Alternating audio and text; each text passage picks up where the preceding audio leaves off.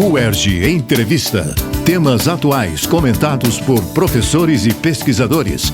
Um espaço para reflexão sobre o nosso dia a dia.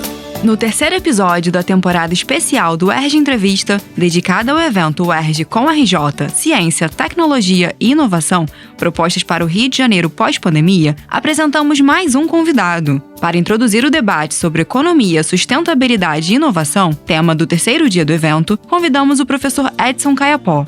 Edson Caiapó é pertencente ao povo Mebengocré, nascido no estado do Amapá, ambientalista e ativista pelo movimento indígena no Brasil. Caiapó é mestre em História Social e doutor pelo programa Educação, História Política e Sociedade, ambos pela PUC São Paulo.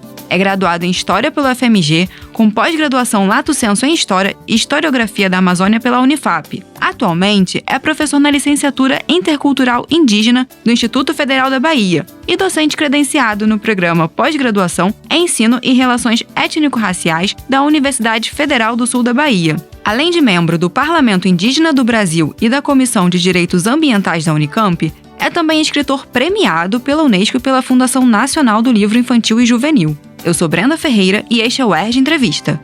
Professor Edson Caiapó, obrigada por aceitar nosso convite. Eu te agradeço pela oportunidade. Quando se fala em sustentabilidade, logo se pensa no equilíbrio entre o desenvolvimento social, ambiental e econômico. Agora temos a sigla ESG, que incluiu a governança das instituições públicas e privadas na equação. Como o senhor definiria esses princípios? Então, olha só, eu penso que pensar em sustentabilidade pressupõe pensar o controle do consumo, né? Mas assim, num sentido bastante profundo. Não é aquela coisa assim de pensar, eu vou tomar um banho mais curto, né? Vou gastar menos água aqui dentro de casa para fazer comida, né? Não é fazer florzinha de latinha. Eu acho que essas são ações importantes, sim. Mas assim, é necessário que as pessoas pensem, então, no controle do consumo, mas, obviamente, que o controle do consumo pressupõe também o controle da produção. Porque não adianta pensar somente em controlar o consumo e continuar uma produção absurda, né? Que a humanidade quase não dá conta de tanta produção. Então, é necessário pensar essas duas coisas juntas. É necessário repensar a ideia de PIB, né? Porque PIB pressupõe sempre um crescimento da economia, e esse crescimento da economia necessariamente promove a destruição, né, do meio ambiente, impactos muito violentos, né, nos ecossistemas e biomas, e no final das contas uma concentração de riqueza nas mãos de poucas pessoas. Então, entre os princípios é preciso pensar na vida humana e não humana como igualmente importante. É necessário pensar em demarcar e proteger os territórios indígenas, considerando que os povos indígenas são protetores do meio ambiente por excelência. E é necessário pensar na Terra como nossa irmã, né? Nós não somos separados da natureza. É necessário que nós, seres humanos, pensemos nós todos como componentes da natureza e não apartados dela. Eu penso que esses princípios são fundamentais. Neste sentido, professor Edson, o que podemos aprender com o movimento indígena? Eu penso assim, que os povos indígenas têm muitas lições, né, a dar. Então, nós, povos indígenas, nossos povos, por onde andam, né, sempre tem esse respeito, né, muito grande pelo meio que nos rodeia, respeito às pessoas, respeito à vida em todas as suas dimensões, né? Porque existe uma fala de ecologista que se reporta muito ao respeito ao ser humano, né, somente ao ser humano. E aí é preciso a gente pensar para além disso, pensar do caráter sagrado, vamos assim dizer, dos rios, das árvores, dos animais, né, das montanhas e, obviamente, das pessoas. Então, eu penso que esse ensino, esse aprendizado, os povos indígenas podem muito bem colaborar, sabe, para que a gente possa efetivamente viver de maneira mais tranquila aqui nesse mundo presente, mas também pensando nas futuras gerações. Do ponto de vista da sustentabilidade, que lições e desafios a pandemia do novo coronavírus nos apresentou? O que essa pandemia significou para os povos indígenas? Olha só, eu penso assim que a pandemia do Covid-19 é só a ponta de um iceberg, né? Então, tem vários estudos aí que foram apresentados recentemente, um deles por uma revista britânica muito respeitada, chamada Nature, né, que eles, de maneira muito evidente, a partir de escritas de estudos de pesquisadores muito sérios, muito comprometidos, nos diz que se a degradação ambiental continuar, nós teremos em breve novas pandemias, tão graves ou piores.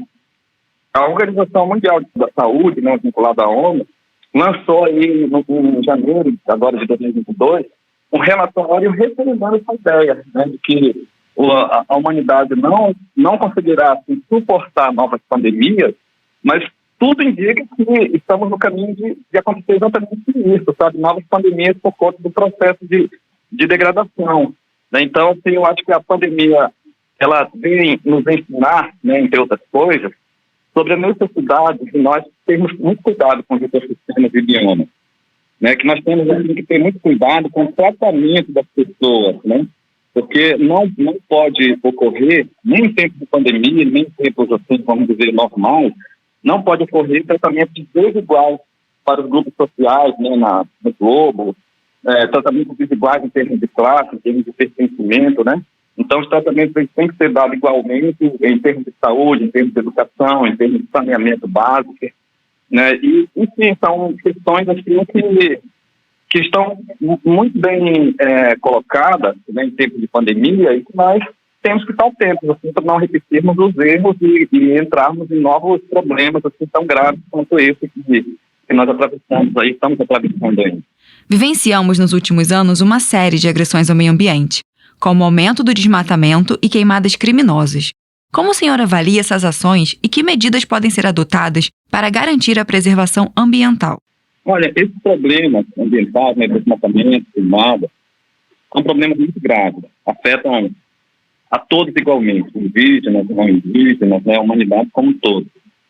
Agora, assim, o que me dói é pensar que os povos indígenas e outros povos tradicionais têm uma convivência, uma experiência de vida, né, de equilíbrio com o meio, mas que vão sofrer igualmente os impactos da devastação, né? Então, assim, eu diria que para nós, povos indígenas, né, a extinção, né, de espécies de plantas, né, de animais, é muito grave, sabe, porque são vidas, né, que se perdem, vidas que desaparecem. E que isso não é interessante para nenhum de nós, não é importante para a humanidade. Então, é muito grave a situação. Agora, quais medidas, né? Obviamente que essa é uma pergunta bem complexa, mas, assim, só para iniciar a conversa, que pode depois ser retomada por mim, por outras pessoas, eu diria, assim, que é muito importante que, no caso brasileiro, o Estado faça a demarcação dos territórios originários dos povos indígenas, de acordo com o que está estabelecido na Constituição brasileira. Mas por que é importante, né, demarcar os territórios? Ora, porque os povos indígenas são pessoas, grupos de pessoas, por excelência, protetores das florestas, protetores dos rios, dos ecossistemas e biomas. Então, à medida que os territórios forem demarcados, será garantido não só para os indígenas, mas para a humanidade a preservação desses espaços, né? Então, uma outra questão é que o Estado brasileiro, através de seus diversos aparelhos, deve intensificar a vigilância, né, em relação à devastação, à queimada, em relação ao desmatamento. E também, de outro modo, sabe, o Estado brasileiro promover reforma agrária para valer. Nós não podemos, assim, manter o Brasil, historicamente, como tem acontecido, dentro de uma estrutura latifundiária, porque o latifúndio pressupõe a devastação dos territórios, né? Então, geralmente dentro desses latifúndios tem uma monocultura de soja, ou de eucalipto, ou de cana-de-açúcar, né? E que é uma forma muito danosa de cultivar, de cultivo, né? Então, é necessário, então, fazer reforma agrária e colocar dentro desses territórios pequenos agricultores, pessoas que promovam a agroecologia, né, que é uma outra forma de produzir, né, uma forma consciente, uma forma equilibrada, uma forma extremamente comprometida, né, com o meio ambiente, com a vida humana e não humana. Eu penso que essas são algumas, assim, possibilidades, algumas sugestões. Como docente pesquisador, como o senhor avalia o papel da educação para a inclusão da diversidade sociocultural indígena? A educação, sem dúvida, é um instrumento, uma agência assim, muito, muito poderosa. E pode ser muito poderosa, eu diria assim, para o bem e para o mal, né? Pensando em termos sociais, em termos ambientais.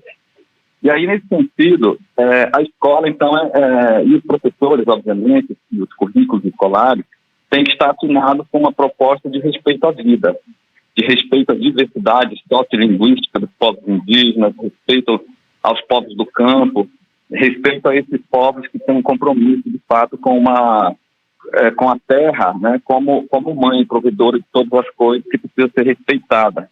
Né? Então, a escola ela pode, por exemplo, se debruçar na efetivação da Lei 11.645 de 2008, que fala da obrigatoriedade do ensino de história e cultura afro-brasileira e indígena nas escolas. Eu considero que, à medida que a escola observar e fazer acontecer essa lei, automaticamente os estudantes, crianças, jovens, adolescentes vão estar em contato com temas ambientais, né? Porque temática indígena necessariamente esbarra na questão ambiental, porque nós vamos discutir questão de demarcação de território, ver o território indígena, né, como espaço sagrado, cosmogônico de produção e reprodução da vida, e sabe, ter acesso a essa forma como os povos indígenas lidam com seu território. Território não é sinônimo de terra, né? Território é muito mais que terra, é um espaço sagrado, né? São verdadeiros, eu diria assim, templos, né? Onde a vida muito intensa, onde os espíritos das florestas vivem, onde estão os nossos ancestrais. Então, à medida que a escola se debruçar com essa temática, certamente que haverá a formação de uma consciência muito mais efetiva, né, para lidar com as questões ambientais e sociais no Brasil. Para encerrarmos, é possível pensarmos em um futuro próximo de mais inovação com sustentabilidade, aliando economia, sustentabilidade e inovação? Eu acredito que seja possível e necessário, sabe? Então, assim, nós temos que ser otimistas nesse sentido.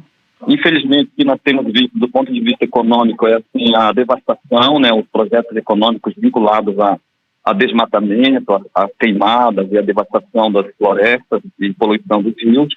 Mas é possível, sim, não é admissível, sabe, mantermos essas relações violentas, essas relações de derrubada de floresta.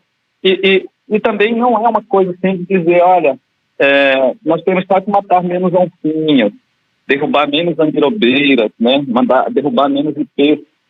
Tem que ser uma coisa assim, muito sincera, sabe, muito consciente mesmo, de entender a importância da vida em todas as suas dimensões, né, inclusive a vida humana e a necessidade da integração dessas formas de vida.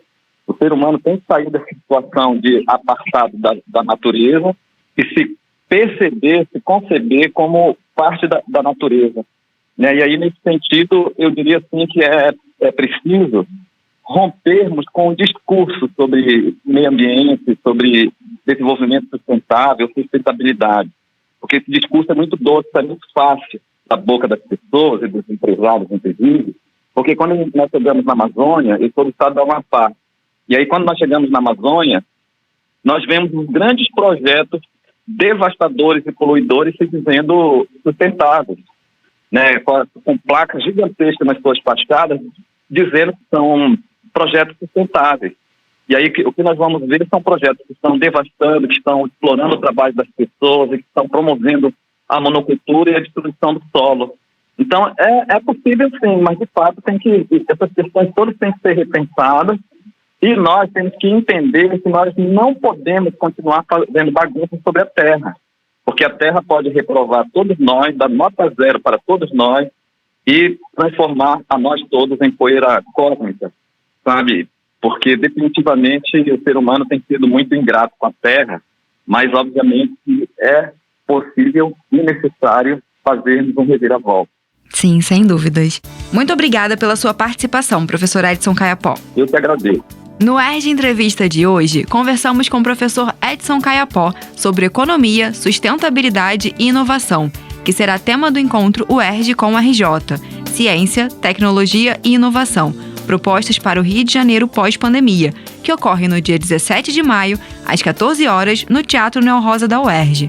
Para mais informações, inscrições e outros conteúdos sobre o evento, acesse www.uerjcomarj.uerj.br. Apoio FAPERJ. UERJ Entrevista. Produção Rádio UERJ. Realização Centro de Tecnologia Educacional. CTE